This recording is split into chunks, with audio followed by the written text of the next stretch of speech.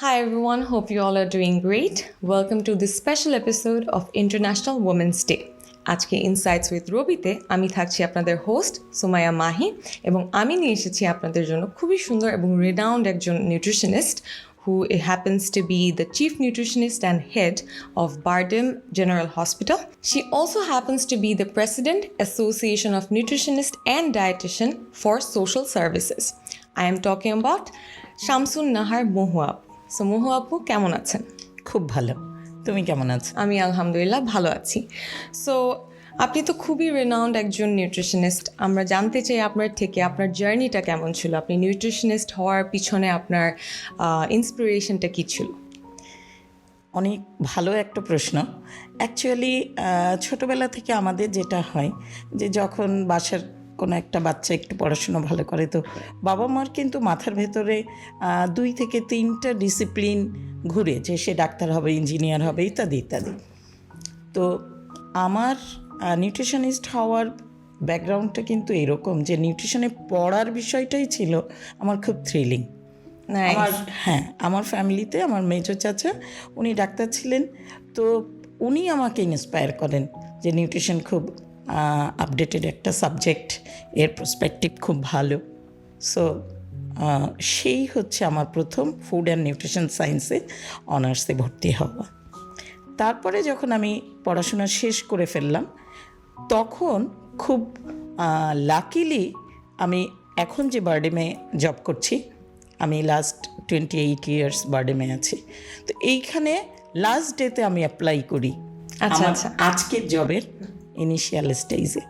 তো তখন আমি চাকরিটা পেয়ে যাই নিউট্রিশন আমাদের ডেজিগনেশন ছিল নিউট্রিশন অফিসার, চাকরিটা পেয়ে যাই। তারপরে আমার জার্নিটা শুরু।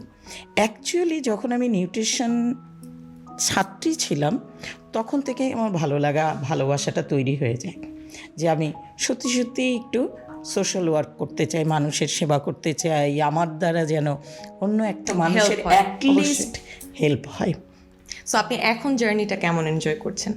ডেফিনেটলি থ্রিলিং, এবং শুধু এটা এনজয়েবল না, এটা আমার কাছে খুব বড় একটা রেসপন্সিবিলিটি যে যখন আমার সামনে একটা পেশেন্ট আসে, সে ডায়াবেটিক বা আদার্স কোমরবিডিটিস সহ, তখন যখন আমার একটা ডায়েটে সে ফলো আপে আসে এবং তার reports within the normal range, তারপরে তার ফিচার, তার সিভিয়ারিটি কিছুটা কারেক্টেড হয়ে যখন আমার কাছে আসে সিরিয়াসলি, তখন মনে হয় যে না, সত্যি আমি হয়তো ভালো কিছু করতে পেরেছি তার জন্য। এই জিনিসটা আমি খুব এনজয় করি। That is very nice, that is very thoughtful of you. যে আসলে আমরা এতটা পরিমাণ হেল্প করতে চাই, বাট কিভাবে করব বা কোনভাবে জিনিসটাকে চ্যানেলাইজ করব সেটা হয়তো আমরা অনেকেই বুঝতে পারি না। বাট আপনি এটা নিয়ে আপনার কি ভিউজ? আমাদের ইউজুয়াল কমন নিউট্রিশনিস্টের যে চ্যালেঞ্জেসগুলো কি হতে পারে বাংলাদেশের অ্যাসপেক্টে? আজকের ডেটাকে যদি আমি সেলিব্রেট করি যে ইন্টারন্যাশনাল উইমেন ডে, তাহলে বাংলাদেশের অ্যাসপেক্টে মহিলাদের যে কয়টা অপুষ্টিজনিত সমস্যা আছে তার ভিতর প্রথম হচ্ছে রক্তাল্পতা বা স্বল্পতা, যেটাকে আমরা এক কথায় এনিমিয়া বলি। তারপরে হচ্ছে আন্ডারওয়েট, এবং ম্যালনিউট্রিশনের ভেতর শুধু আন্ডারওয়েট না, কিন্তু আন্ডারওয়েট, ওভারওয়েট, এটা কিন্তু বাড়ছেই আর বাড়ছে, এটা একটা ব্যাপার। আর তারপরে হচ্ছে কিন্তু কিছু স্পেসিফিক নিউট্রিয়েন্টের ডেফিসিয়েন্সি আছে। এইগুলা আমাদের বাংলাদেশের মেয়েদের ভেতরে যেটা আগে ছিল তার থেকে ডে বাই ডে বাড়ছে। এটা গেল হেলথের দিক থেকে। যদি আমি সোশ্যাল অ্যাসপেক্টে বলি তাহলে হ্যাঁ, অনেক আগের থেকে চেঞ্জ হয়েছে ঠিকই, কিন্তু এখনও মহিলারা উইমেনদের যে সেলফ রেসপেক্ট বা সেলফ ওয়ার্ক, সেই প্লেসগুলোতে কিন্তু তাদের যে নিজেদের একটা রেসপেক্ট পাওয়ার কথা, সেই জায়গাটা কিছুটা এখনও হলেও ব্যারিয়ার আছে।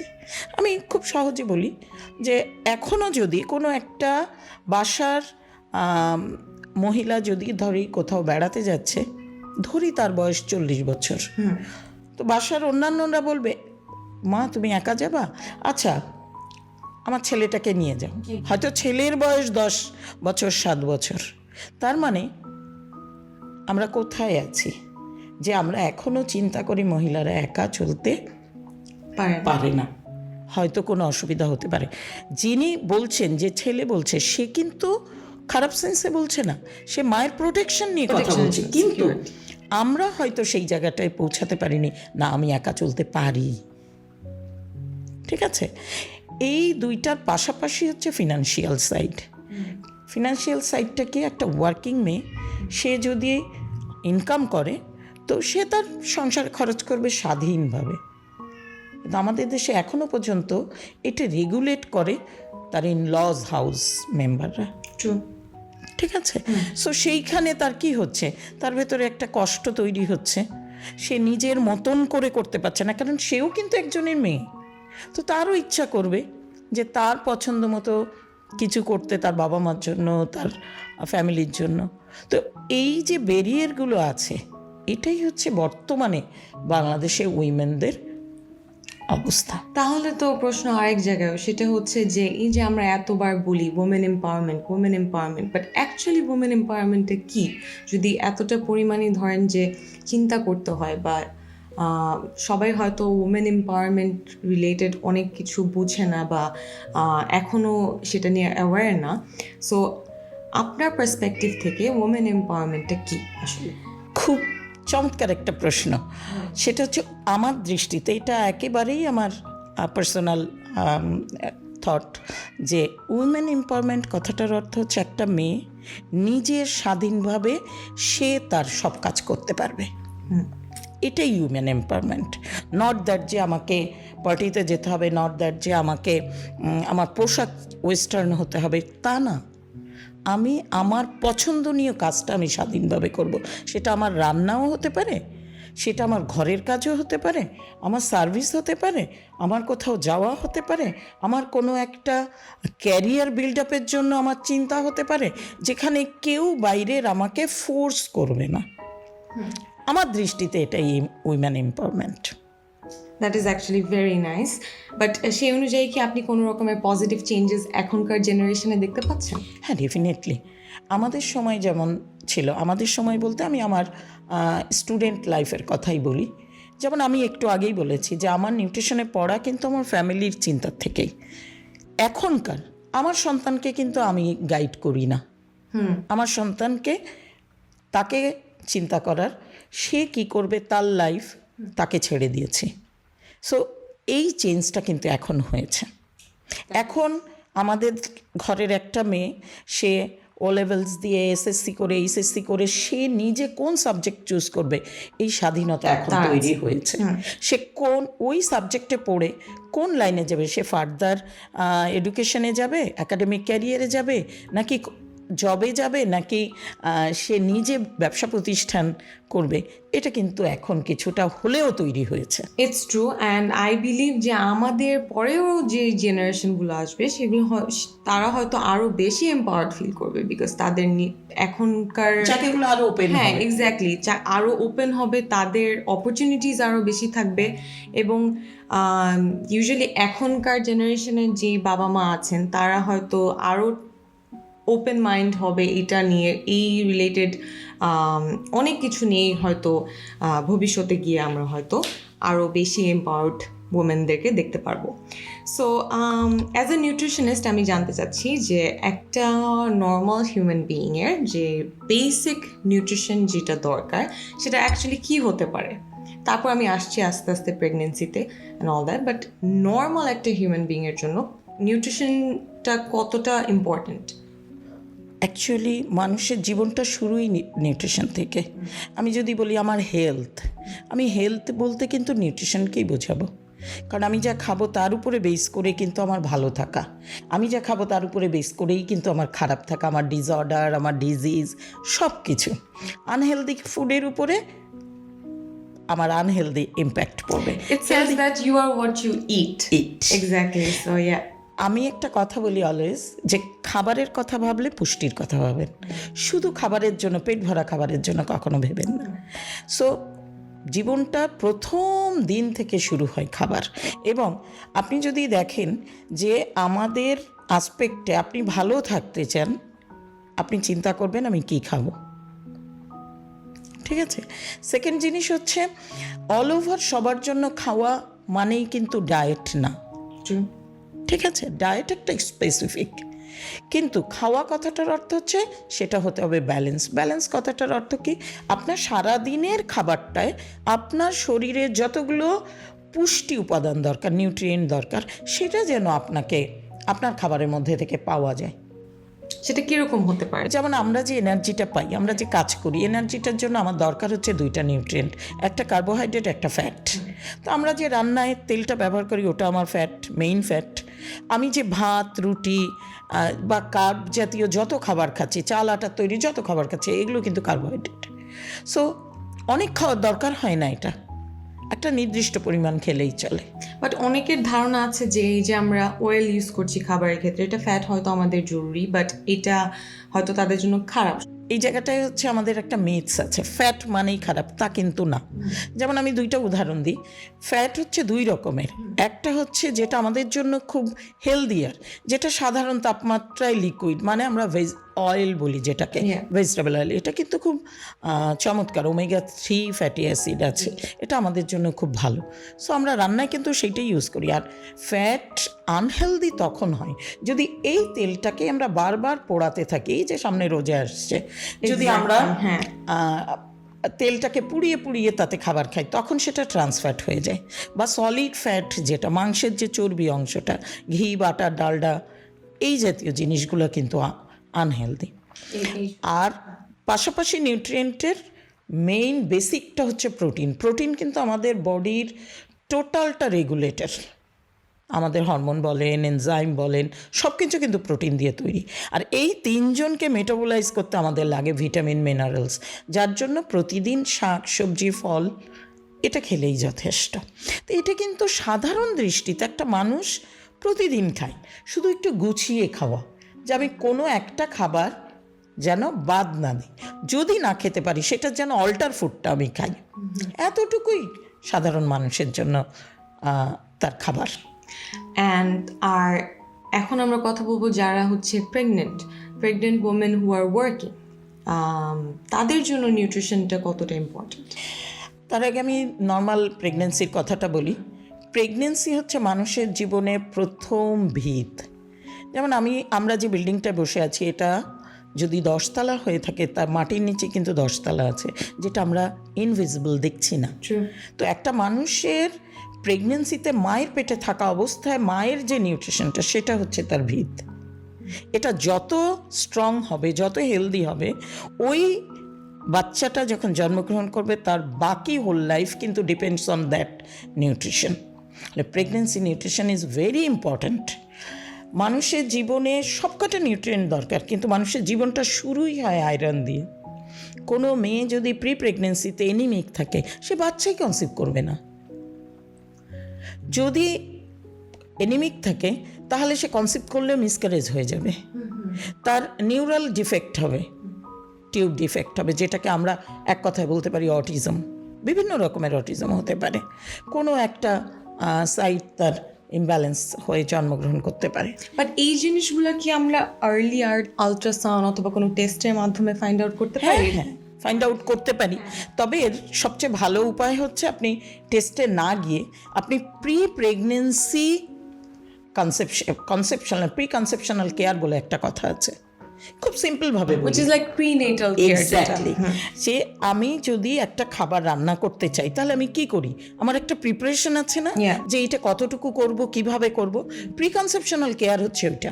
একটা মেয়ে তার হিমোগ্লোবিন লেভেল ঠিক আছে কিনা, তার অন্য কোনো কন্টামিনেশন আছে কিনা, তার ডিজিজ যদি কিছু থেকে থাকে তার রিপোর্ট ঠিক আছে কিনা, তার ওয়েট ঠিক আছে কিনা, মাত্র এই 4টা জিনিস যদি আমরা কারেকশন করে সেই মেয়েটা যদি কনসিভ করে, তাহলে আর তার প্রেগনেন্সিতে ইমব্যালেন্স হওয়ার কোনো ঝুঁকি নেই। এরপরে প্রেগনেন্সি ডায়েটটা হচ্ছে টাইমের উপর বেস করে, তার প্রেগনেন্সি ডিউরেশনের উপর বেস করে আস্তে আস্তে গ্র্যাজুয়ালি বাড়তে থাকে। আমাদের দেশের মিথস হচ্ছে প্রেগনেন্ট হওয়া মাত্রই তার ফ্যামিলি মেম্বাররা বলবে তুমি এখন ডাবল খাও, এটাই ভুল। ট্রু। এটা হচ্ছে বড় একটা আসলে myth। হ্যাঁ। এটা গ্র্যাজুয়ালি বাড়তে থাকে এবং স্পেসিফিক নিউট্রিয়েন্ট। সো আমার নেক্সট কোয়েশ্চেনটা এটাই ছিল যে প্রেগনেন্সি নিয়ে মিথসগুলো অ্যাকচুয়ালি কি, অনেকেই আমরা জানি না। সো সেটা যেমন এইটা একটা myth। হ্যাঁ, যেরকম বলে যে আনারস খাওয়া যাবে না, যেরকম বলে যে পেঁপে খাওয়া যাবে না, is it actually true? Actually true কিছু কিছু ক্ষেত্রে। যেমন আনারসে কী থাকে, ল্যাটেক্স থাকে। ল্যাটেক্সটা হচ্ছে প্লাসেন্টাল কন্ট্রাকশন বাড়ায়। তো কন্ট্রাকশন বাড়ালে কী হবে, তার মিসক্যারেজ হওয়ার ঝুঁকি বেশি। এটা কিন্তু ফার্স্ট ট্রিমেস্টারে এবং লাস্ট 2 মান্থসে মাঝখানে খেতে। মাঝখানে। তারপরে পেঁপেতেও প্যাপাইন থাকে প্লাস ব্রোমালিন থাকে। এইগুলো কিন্তু one of the cause of miscarriage during first trimester. Clear? So কথাটা হচ্ছে, মিথসটা হচ্ছে পেঁপে কাঁচা খাওয়া যাবে না, পাকাটা আবার খাওয়া যাবে, ঠিক আছে? কিন্তু পাকাও খেতে দেয় না কেউ এখানে। হ্যাঁ, এটা তো ওই যে মিথস, ঠিক আছে? তারপরে ক্যাফিন 200 মিলিগ্রামের উপরে কফি যদি কেউ খেয়ে থাকে তাহলে একটা কজ হতে পারে ফার্স্ট ট্রিমেস্টারে তার মিসক্যারেজ। অর্থাৎ এইটাকেই তখন ওই মিথসে চলে গেছে। চা আসলে, চা তো ক্যাফিন না, ট্যানিন। চা কি করে, আমাদের অভ্যাসটা কি, আমরা খাবারের সাথে চা খাই। তাহলে খাবারের যে আয়রন অ্যাবজর্পশন রেটটা আমার ভালো থাকার কথা ছিল, যখনই আমি ট্যানিন খাচ্ছি ওটা 3 টাইমস লোয়ার হয়ে যায়। এই কারণে চা যদি কারো খেতে হয় তাহলে মিনিমাম হাফ অ্যান আওয়ার পরে, খাওয়া শেষ করে হাফ অ্যান আওয়ার পরে, যদি অন্য কোনো কন্ট্রাইন্ডিকেশন তার গাইনোকোলজিক্যাল না থাকে।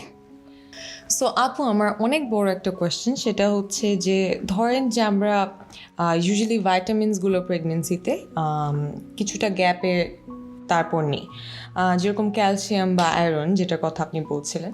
ধরেন আমরা বাহিরে বা ভুলে গিয়েছি কোনো কারণে, সো ধরেন ক্যালসিয়াম খাওয়ার যে টাইমিংটা ছিল সেটা ধরেন আমি বাসায় এসে 6টা বা 7টার দিকে খেলাম, অ্যান্ড দেন আবার আয়রনের টাইমটা চলে আসছে 8টার দিকে। সো এটা কি করা যাবে, লাইক একই সাথে দুইটা, খুব একটা ডিফারেন্সে না? খুব ভালো একটা প্রশ্ন, প্র্যাকটিক্যাল একটা প্রশ্ন। অ্যাকচুয়ালি এগুলো হচ্ছে সব ফুড সাপ্লিমেন্ট, ফলে এর কিন্তু নির্দিষ্ট কোনো সময় হয় না। হ্যাঁ, একটা পেশেন্টকে যখন দেওয়া হয় বুঝিয়ে দেওয়া হয় যে সে খাবারের পরে খাবে। ভুলটা হয় কখন, যে একজন মানুষ সারাদিন বাইরে আছে ওয়ার্কিং, সে বাসায় এসে রাত্রেবেলায় সব ওষুধ চাচ্ছে, সে একসঙ্গে আয়রন এবং ক্যালসিয়াম নিয়ে জাস্ট আফটার মিল দুটো খেয়ে ফেললো। এটা হচ্ছে মারাত্মক ভুল।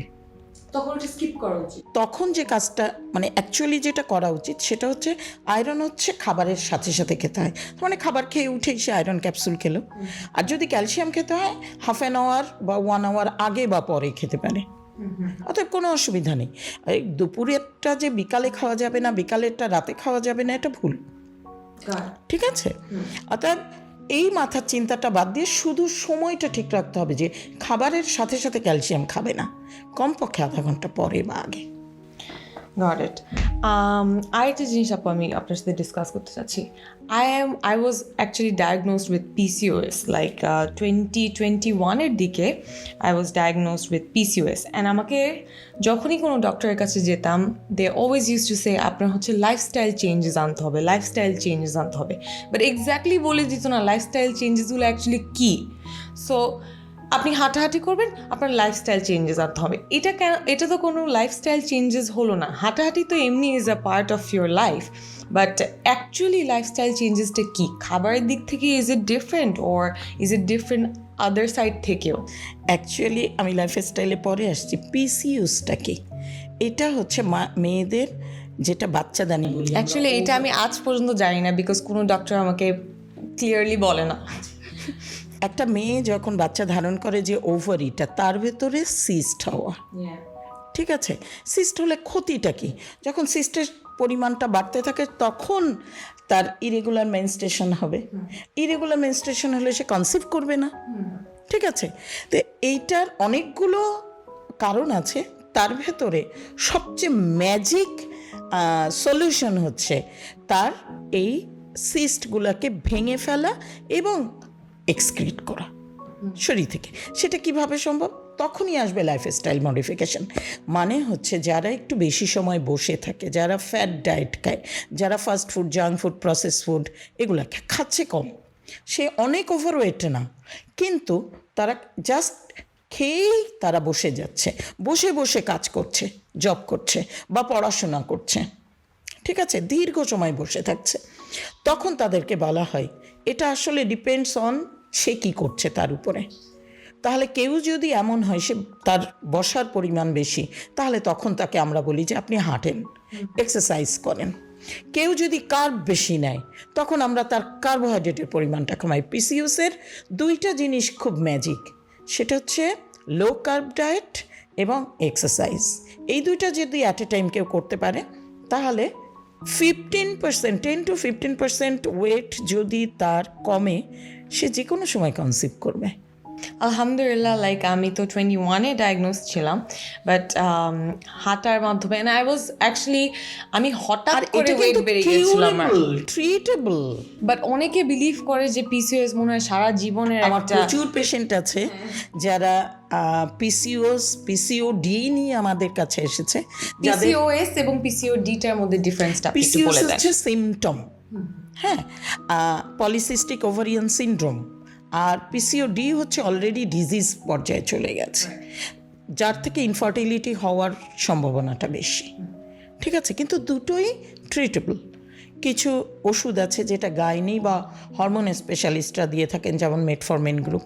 আর লাইফস্টাইল মডিফিকেশনের জন্য তখন নিউট্রিশনিস্টের কাছে আসতে হয়, যে তার লো কার্ব ডায়েট কি, স্মল ফ্রিকোয়েন্ট ফিড হবে, যার ভিতরে ফাইবার বেশি থাকবে, ঠিক আছে, অ্যানিম্যাল ফ্যাট থাকবে না, যার এক্সারসাইজ প্ল্যান থাকবে, এই রকম।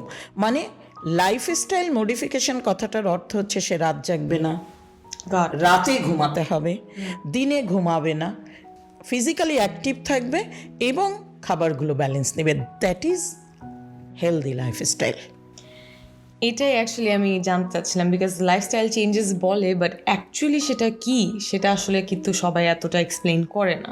যেরকম আমি কিন্তু এরকম হতো যে সারা রাত জেগে জেগে হয়তো পড়াশোনা করছি, অ্যান্ড তারপর গিয়ে ধরেন যে হঠাৎ করে দেখি কি আমাকে বলছে যে আপনার পিসিওএস এর you are diagnosed with that, and আমি এতটা পরিমাণ ভয় পাই তখন, অ্যান্ড বারবার বলছে লাইফস্টাইল চেঞ্জেস। আমি তো বুঝতেই পারছিলাম না ফার্স্টে যে what actually that means, but পরে গিয়ে যখন অ্যাকচুয়ালি আমি নিজে রিসার্চ করে কিছুটা দেখলাম অ্যান্ড বুঝলাম যে ওয়েল আমার ওয়েট ছিল ফার্স্টে 49, দেন আমি হঠাৎ করে জাম্প করে আই ওয়েন্ট টু 60, যে কারণে হতে পারে এটা হয়েছে, অ্যান্ড আলহামদুলিল্লাহ I am doing good now. So আপনার এই ইন্টারন্যাশনাল উইমেন্স ডের জন্য ধরেন এখনকার উইমেন যারা আছেন, যারা pregnant, who are not pregnant, who are working, তাদের ফ্যামিলি মেম্বার্সরা তাকে কীভাবে সাপোর্ট করতে পারে in terms of pregnancy, in terms of being a women, নিজের ডটার হতে পারে সেটা, ডটার ইন ল হতে পারে সেটা, কীভাবে তারা মেন্টালি সাপোর্ট দিতে পারে? আমি যদি নন প্রেগনেন্ট ক্ষেত্রে বলি, তাহলে সব থেকে অ্যাটেনশন দিতে হবে বাচ্চাদের ক্ষেত্রে, শিশুদের ক্ষেত্রে। কোন শিশুদের ক্ষেত্রে? যাকে আমরা কিশোরী অ্যাডোলেসেন্ট গ্রুপ বলি, এরা খুব মেন্টালি ভালনারেবল হয়। টিনেজার্স যেটা, এরা ভালনারেবল এই সেন্সে, এই ক্ষেত্রে ফিমেলদের যেটা হয় সেটা হচ্ছে স্কিপ করে ডায়েট, না আমি মিল্ক খাই না, না আমি ডিম খাই না, মানে হেলদি ফুডগুলো তারা অফ করে। তাহলে ওই জায়গাটায় সে কী নিচ্ছে, তার তো রিকোয়ারমেন্ট আছে, সে তখন ফ্যাট ডায়েটে অভ্যস্ত হয়ে যাচ্ছে। এবং এখনকার জেনারেশনের বেশিরভাগই জাঙ্ক ফুডের দিকে চলে যাচ্ছে, এবং তখন ফ্যামিলির প্রথম কনসার্ন হতে হবে এই অ্যাডোলেসেন্ট গ্রুপ। এই অ্যাডোলেসেন্টে যদি ইমব্যালেন্স ফুড হয়, তাদের অনেক চেঞ্জ হয়ে যায়, যেমন শর্টার হাইট হবে, অ্যাকাডেমিক ক্যারিয়ার লুজ হবে। অ্যাকাডেমিক ক্যারিয়ার লুজ হলে এটা কিন্তু রিলেটেড, অ্যাকাডেমিক ক্যারিয়ার লুজ হলে সে যখন অ্যাডাল্ট হচ্ছে, সে কিন্তু খুব ভালো একটা জব বা ইনকাম অফ সোর্সের ওয়ার্ক লোড সে নিতে পারবে না, ঠিক আছে, তার মানে সে আর্ন ভালো করবে না। আর যদি ফিমেল হয়, সে যখন আবার প্রেগনেন্ট হচ্ছে, সে কি হচ্ছে, তার নিউট্রিশনাল ইমব্যালেন্স অবস্থায় সে প্রেগনেন্ট হচ্ছে, তাহলে তার যে বেবিটা হচ্ছে সে Also is nutrition deficit. লোবার্থোয়েট or ম্যাক্রোসোমিক দুটোই হতে পারে। এটা কিন্তু সার্কলি কোয়ার্টারে তখন হয়ে যাবে। তাহলে প্রথমেই এইটা। সেকেন্ড জিনিস হচ্ছে যখন পারফেক্টলি একটা তার ফ্যামিলির কোনো মেয়ে প্রেগনেন্ট হচ্ছে, তাহলে এক্সট্রা কনসার্নটা কোথায় দেবে? প্রথমত তার মেন্টাল হ্যাপিনেসটা, সাইকোলজিক্যাল ইম্প্যাক্টটা ঠিক রাখতে হবে। সে যেন কোনো অবস্থাতেই কোনো রকম ডোমেস্টিক ভায়োলেন্স বা তার নিডফুল বিষয়গুলোর বাইরে না আসে। সে যেন হেলদি থাকে। ফুড বলি, এক্সারসাইজ বলি, তার যতগুলো পাওয়ার। এখন আপনি বলতে পারেন যে একজন যদি চায় যে আকাশের চাঁদ এনে দাও, সেটা দিতে হবে, নট দ্যাট, তার সামর্থ্য পছন্দের মধ্যে। ঠিক আছে, তার মানে তাকে একটু এক্সট্রা আদর যত্ন করতে হবে, যেটা আসলে আমরা সচরাচর বুঝি না। আমরা হয়তো বকা দিয়ে বসি, এই তুমি এটা খাচ্ছ না কেন, এই তুমি এটা করছো না কেন। শুধু তাই না, হয়তো আমি শহরের কথা বলছি না, আমি গ্রামেই বলছি যে প্রেগনেন্ট হওয়ার আগে এই ছেলে বউটা হয়তো সংসারের সব কাজ করতো, প্রেগনেন্ট হয়ে যাওয়ার পরে তার একটু রিলিফ দিতে হবে, তার এনার্জি ধরে রাখতে হবে তার প্রেগনেন্সির জন্য। তো তাকে একটু হার্ড কাজগুলো থেকে বাদ দিতে হবে, স্পেশালি ইন ফার্স্ট ট্রিমেস্টার এবং লাস্ট 8 মাস 9 মাসে। ঠিক আছে, তখন মেন্টালি সাপোর্টটা বেশি ইম্পর্টেন্ট। তারপরে আসি তার ল্যাকটেটিংয়ের সময়। মার ক্ষেত্রে যেটা হয় যে মার ডায়েট কিন্তু প্রেগনেন্সির থেকে ল্যাকটেশনে বেশি লাগে এবং রেস্ট লাগে, শুধু খাবার দিলে হবে না। আমাদের সাবজেক্ট একটা কথা বলে, বাচ্চা ঘুমাবে মা ঘুমাবে, তার ব্রেস্ট মিল্ক ফর্মেশন হবে, মা দুধ খাবে তার ব্রেস্ট মিল্ক ফর্মেশন, দুধে দুধ বাড়ে।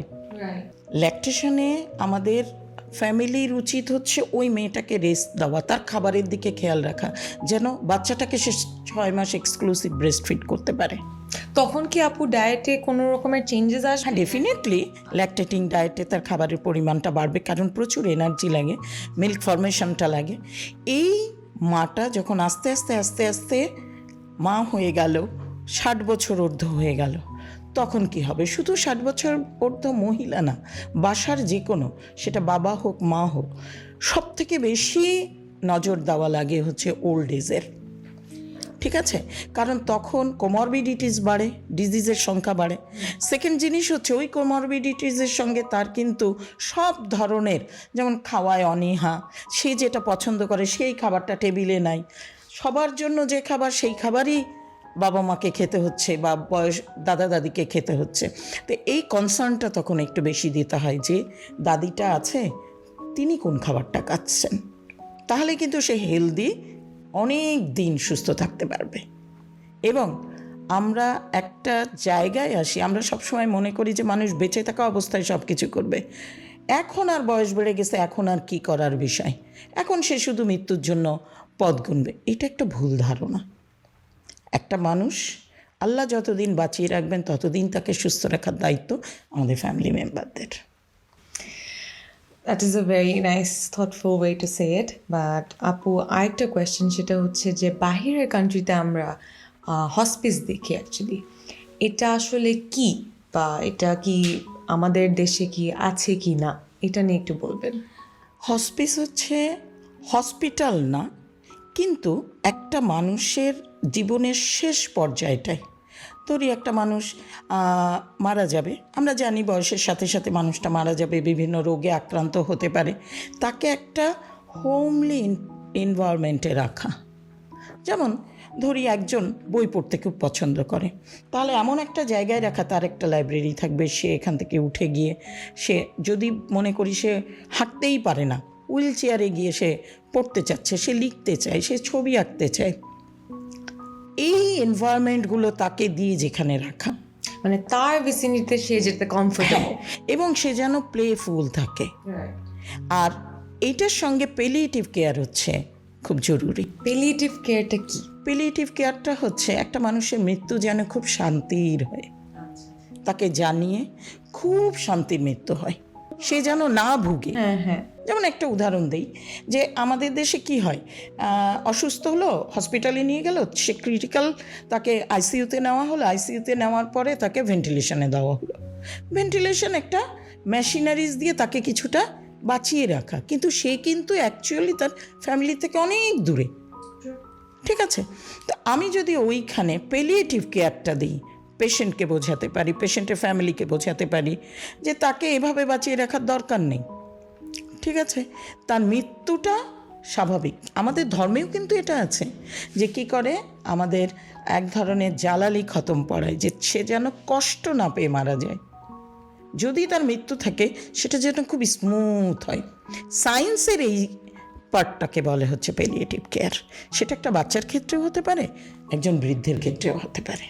সো আপু, এটা আমরা আমাদের দেশে কতটা এক্সারসাইজ করছি? আমাদের দেশে সবেমাত্র শুরু হয়েছে। আমি যে বারডেম হসপিটালে চাকরি করি সেখানে গত 2 বছর যাবৎ শুরু হয়েছে, এবং রিসেন্ট আমাদের একটা প্যালিয়েটিভ ওয়ার্কশপ হয়ে গেল। বাইরের ইউকে এবং বেশ কয়েকটা দেশের থেকে ফ্যাকাল্টি এসে আমাদের 3 দিনের একটা ওয়ার্কশপ শেষ হলো। এবং মজার ব্যাপার হচ্ছে, অলরেডি আমাদের বারডেম থেকে একটা জায়গা হসপিসের জন্য আমাদের ডিজি স্যার মনোনীত করে ফেলেছেন।